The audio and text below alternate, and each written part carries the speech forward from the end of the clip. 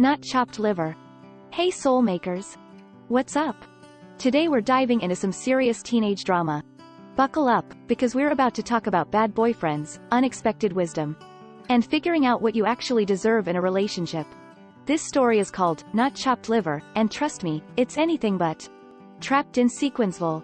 Sarah, a 17-year-old girl, stuck at a bar mitzvah in San Francisco. It was like being trapped in a sequin factory. Everyone was way too dressed up, the music was lame, and the food? Don't even get me started on the chopped liver. Seriously, who eats that stuff? Anyway, my parents, bless their clueless hearts, dragged me along. And let's just say I was not feeling it. Boy drama, I ditched my parents ASAP and found a quiet corner to sulk. Suddenly, this sweet old lady starts chatting me up. You know the drill, how's school? Blah, blah, blah. But then, I totally unload on her about my boyfriend. He was like a walking mood swing. One minute he'd be all over me, the next he wouldn't even look at me in public. Plus, he totally forgot to pay for my movie ticket, like, come on. Jason, the decent human being. There was this other guy, Jason, who was basically the opposite. He actually listened to me, made me laugh, and, get this, he held the door open for me. Crazy, right? We went to a movie, as friends, obviously. And he even paid for my ticket without making a big deal about it. Bonus points for offering a tissue when I totally lost it during the cheesy rom-com. Green eyes and bad decisions. Okay, so even though Jason was awesome, there was still something about my boyfriend, right? He had these killer green eyes and this windblown hair that made him look like a movie star. And yes, I told the old lady all about the stolen kisses and the way he made my heart race. Looking back, I probably shouldn't have, but hey, teenage hormones are a wild ride. Esther dropped some truth bombs. The old lady, whose name was Esther by the way, listened to my whole rant without judging. Then, she looked me dead in the eye and said, honey, you deserve better than a backseat. Don't ever let anyone treat you like you're not worthy. Whoa. Suddenly, it hit me, I'd never really thought about how I deserved to be treated in a relationship. Maybe self-esteem wasn't exactly a thing in my family, but Esther's words were like a wake-up call. The world opens up, and the chopped liver doesn't look so bad. Esther's words hung in the air as I sat there pondering my life choices.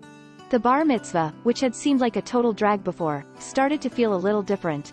The people around me weren't just strangers anymore, they were all individuals with their own stories. Even the chopped liver, which I'd sworn off earlier, didn't seem so bad. Maybe it held some secret family recipe, passed down through generations? Basically, my whole world started to feel a lot bigger, and I was ready to explore it. Saying goodbye and taking charge. The rest of the night with Esther flew by in a whirlwind of conversation. We talked about everything from her youth to my hopes and dreams for the future. Saying goodbye was hard, but I knew in my heart that it wasn't the end. I carried her words with me like a precious talisman, a constant reminder of my newfound strength. The next week, I ended things with my boyfriend. It wasn't pretty. There were tearful phone calls, desperate pleas, and accusations that felt more like confessions of his own insecurities. But I held my ground, my voice surprisingly steady as I explained that I deserved better. It felt like a weight had been lifted from my shoulders, replaced by a newfound sense of self-respect. A friendship blooms, and maybe more? Empowered, I approached Jason. The awkwardness was real, but as I explained my desire for a respectful relationship, a genuine smile spread across his face. Friends are a good foundation, he said, his voice warm.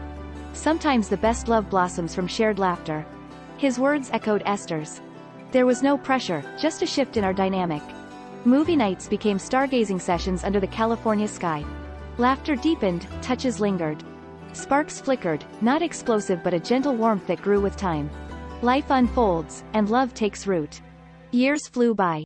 College, careers, life.